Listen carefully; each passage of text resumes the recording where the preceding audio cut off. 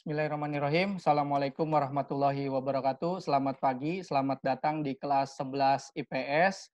Langsung saja, materi geografi yang pertama di kelas 11 ini adalah posisi strategis Indonesia sebagai poros maritim dunia. Yang pertama yang harus kita ketahui adalah letak Indonesia. Letak ini bisa kita bedakan atau kita lihat dari berbagai sudut pandang. Yang pertama secara astronomis, geografis, geologis, dan secara kemaritiman. Untuk astronomis, geografis, dan geologis bisa kalian lihat di tayangan video-video yang sudah Bapak buat sebelumnya. Kita fokus kepada letak maritim. Di mana letak maritim ini kita lihat dari sudut pandang kelautan. Indonesia merupakan negara maritim. Maritim di sini artinya negara kelautan, di mana memiliki posisi yang sangat strategis karena berada pada persilangan antara dua benua dan dua samudra. Ya, dua benua adalah benua Asia di sebelah utara dan benua Australia di sebelah selatan. Kemudian Samudra Pasifik di sebelah timur dan Samudra Hindia di sebelah barat. Di mana Indonesia ini sangat strategis. Setiap aktivitas dari Asia menuju Australia atau Australia menuju Asia itu harus melalui Indonesia, dan di sini Indonesia harus mengambil peranan yang sangat penting ya, yang dapat menunjang kesejahteraan Indonesia. Kemudian kita harus di sini kita dapat mengenal batas-batas ya, baik batas darat maupun batas laut Indonesia ya. Yang pertama, kita lihat dulu luas Indonesia itu luas lautannya mencapai 3.257.483 km persegi. Sementara luas darat yaitu 1.922.570 km persegi. Ya, jika ditotal secara keseluruhan, luas Indonesia mencapai 5.180.053 km persegi. Ya, sangat luas sekali Indonesia. Nah, di sini Indonesia batas darat dan batas laut, ya. Batas darat bisa berupa gunung, bisa berupa hutan, sungai, ataupun patok-patok yang dibuat oleh Indonesia ataupun negara-negara tetangga yang berbatasan langsung daratannya dengan Indonesia. Negara yang berbatasan langsung daratannya dengan Indonesia yang pertama adalah Malaysia, ya, di sebelah utara Pulau Kalimantan. Kemudian negara Papua Nugini di sebelah barat Pulau Papua, ya. Kemudian negara Timor Leste yang berbatasan dengan Nusa Tenggara.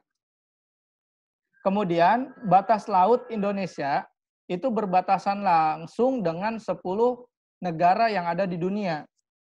Yang pertama, batas laut Indonesia itu berbatasan langsung dengan negara Singapura, berbatasan dengan Vietnam, berbatasan dengan Filipina, berbatasan dengan Republik Palau, berbatasan dengan Papua Nugini, Australia, Timur Leste, India, dan Thailand.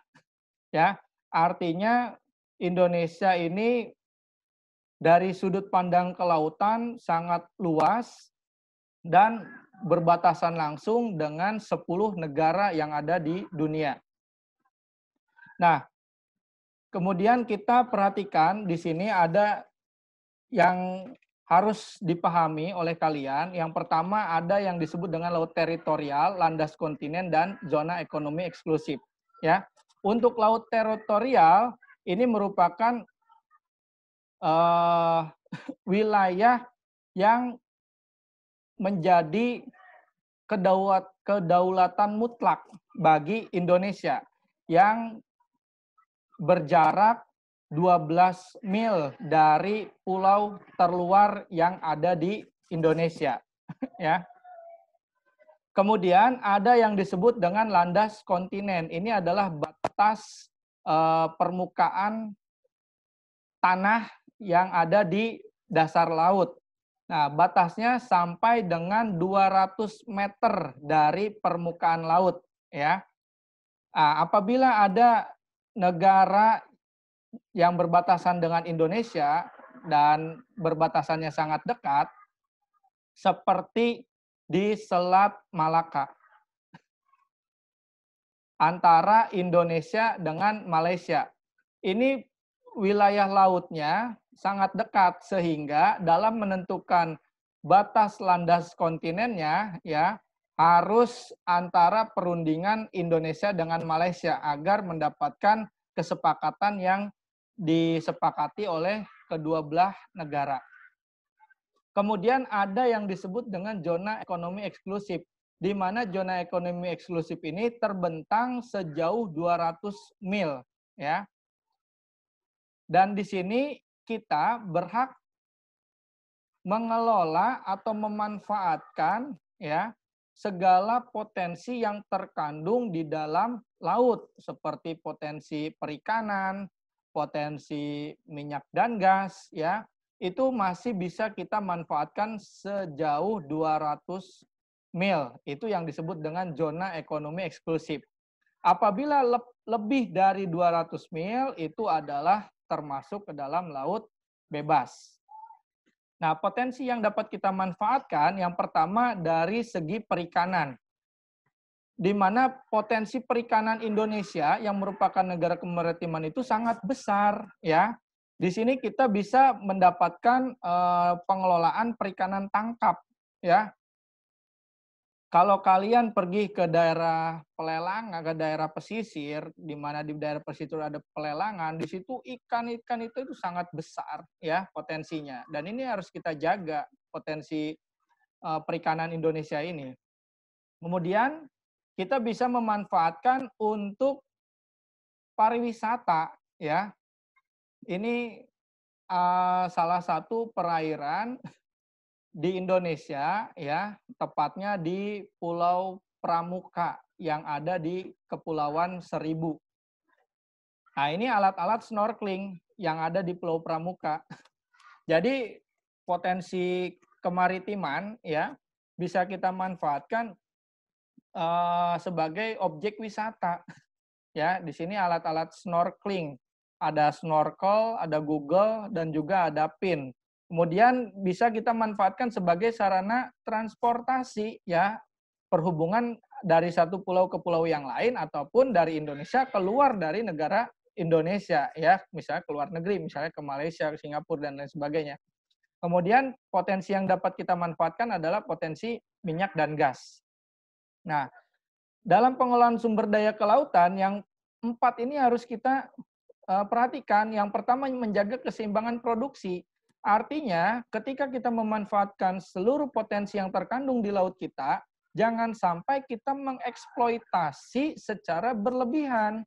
Apabila kita mengeksploitasi secara berlebihan, maka tidak menutup kemungkinan ikan-ikan yang ada di laut Indonesia itu akan habis ya.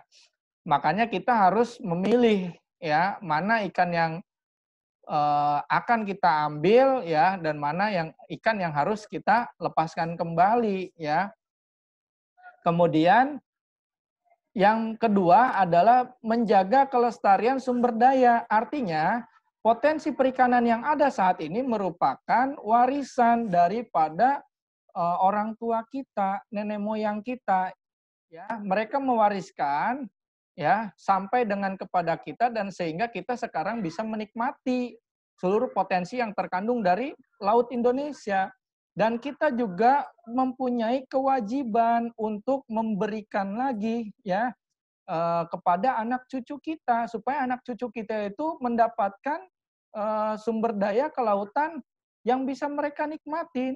Ya, oleh sebab itu kita harus jaga kelestariannya. Bagaimana cara menjaganya? Misalnya kita menangkap ikan di laut tidak menggunakan bom.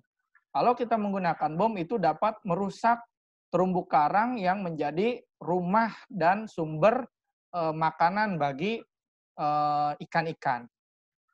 Kemudian kita juga jangan merusak karang ya. Kita juga jangan menggunakan seperti racun ikan ya.